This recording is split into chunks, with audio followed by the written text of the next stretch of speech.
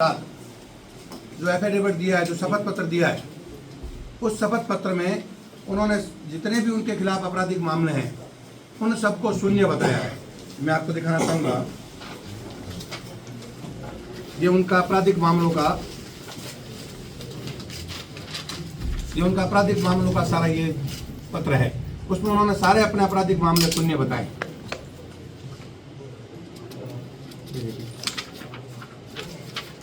ये भी है, इन सब में उन्होंने अपने खिलाफ किसी भी तरह का मामला होना नहीं बताया गया है। मेरे पास जो रिपोर्ट है उसके अनुसार गोविंद मेघवाल जी के खिलाफ 22 मामले हुए। उसका आप जो पुलिस की देखेंगे जो वेबसाइट है उसमें उनके खिलाफ 22 मामले आपको प्रदर्शित होंगे। उन 22 मामलों में क्या हुआ वो अब तक इस बात को नहीं बता पाए। इस जो फार्म जमा करा है उसमें कहीं भी ऐसा नहीं लिखा कि उन्होंने 22 मामले उनके खिलाफ हैं। एक दूसरा, जब आप पुलिस की ये वेबसाइट खोलेंगे तो उसमें आप देखेंगे कि उनके नाम से हिस्ट्री शीट खुली है। आज कई अखबारों में, पत्रकार उसमें और चैनल में आप लोगों ने चलाया कि एसपी साहब ने ये कहा है कि हिस्ट्री शीट खुली है। इसका मतलब एसपी साहब इस बात को मान रहे हैं, उनके खिलाफ हिस्ट्री शीट खुली हुई है। जब हिस्ट्री शीट खुली है तो उसका भी उनको ब्यौरा देना चाहिए था शपथ पत्र में, वो उन्होंने नहीं दिया। आप देखेंगे, मैं आपको बताता हूँ। अभी ये पुलिस की वेबसाइट है, इसको जब आप खोलेंगे तो ये पूरा खुलेगा। हिस्ट्री शीट का देखिए ऊपर लिखा हुआ है police station wise history sheeter report Bikaner, ठीक है। उसके ऊपर हम चलते हैं तो नीचे जैन वेशी थाना आता है। ये सदर पुलिस का आ गया स्टेशन, इसका जैन नारायण व्यास कॉलोनी थाना है। जब हम इस पर क्लिक करते हैं, इसमें 22 हिस्ट्री शीटर है। उस पर जब हम क्लिक करते हैं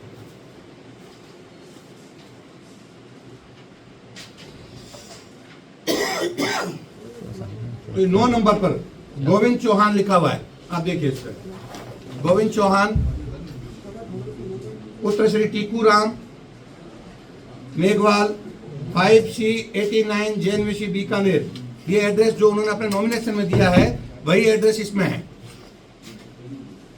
जैन नारायण व्यास कॉलोनी, ये पूरा जो है उस जैन नारायण व्यास कॉलोनी का थाने का डाटा है। उसमें आप खोलेंगे तो आपको उनकी हिस्ट्री शीट दिखाई देगी। हिस्ट्री शीट संबंधी उन्होंने अपनी कोई जानकारी उस एफिडेविट में नहीं दी। ये एफिडेविट मैंने आपको दिखाया, उसमें सारा शून्य लिखा हुआ है। उसके अलावा उन्होंने हाईकोर्ट में एक एप्लीकेशन पेश की कि मेरे खिलाफ जो मुकदमे उनको समाप्त किया जाए। तो हाईकोर्ट ने 5 मुकदमे जो 2017 में थे उनको मिलाकर हाईकोर्ट ने एक करने का आदेश दिया कि इन सारे मुकदमों को एक मानकर उसकी तफ्तीश की जाए। इतना सा आदेश हाईकोर्ट के आदेश का आप दिखा रहे हैं। हमारे साथ बैठे चतुर्भुजी सांसद, आप हमारे विधि प्रकोष्ठ के संयोजक हैं, और डॉक्टर सत्य प्रकाश जी आचार्य जो कि लोकसभा के हमारे संयोजक है भारतीय जनता पार्टी से। ये जो उन्होंने दिया है हाईकोर्ट में जो निर्देश दिए उसमें उन सारे मुकदमों को एक करने का आदेश दिया। कहीं भी मुकदमा समाप्त हो गया, खत्म हो गया, वो इसमें कहीं नहीं है। एक दूसरी बात, जब एसपी साहब ने जो कहा, आपका सवाल होगा इसलिए मैं पहले बता दूं कि एसपी साहब ने कहा कि कोई मुकदमा पेंडिंग नहीं है, वापस ले लिया है। अगर मुकदमे वापस ले लिए हैं तो फिर कोर्ट में तारीखें पेंडिंग क्यों हैं? मैं आपको बताना चाहता हूँ। आप देखिए ई कोर्ट की जब आप बेल देखेंगे उसके साथ ही आप ये गोविंद मेघवाल मुकदमा नंबर 92, ठीक है, और उसका आप देखो तारीख 13/5/2024।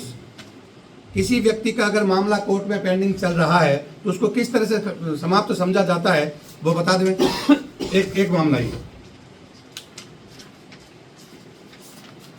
दूसरा मामला है SAGM GM 1 में चल रहा है आपका 44/58/2017। ये इसमें तारीख है 29/6/2024। आप देख पा रहे हैं, मैं आपको दूंगा भी। इसमें 29/6/2024। इसका मतलब कोर्ट में ये भी पेंडिंग चल रहा है।